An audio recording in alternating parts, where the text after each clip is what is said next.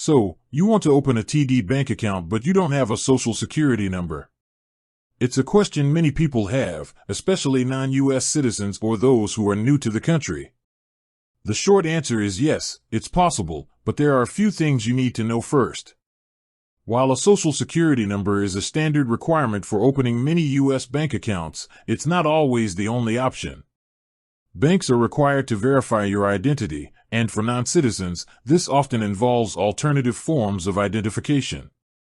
TD Bank, like other financial institutions, has a process for this. The key is to have the right documents.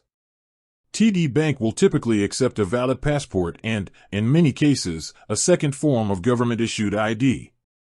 This could be a driver's license from your home country or another government-issued photo ID.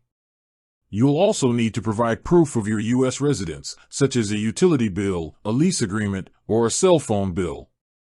The best way to go about this is not online, but by visiting a physical TD Bank branch.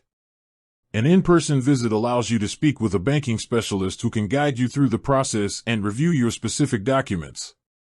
They are familiar with the requirements for non-citizens and can help you complete the necessary paperwork, which may include a W-8BEN form for foreign individuals.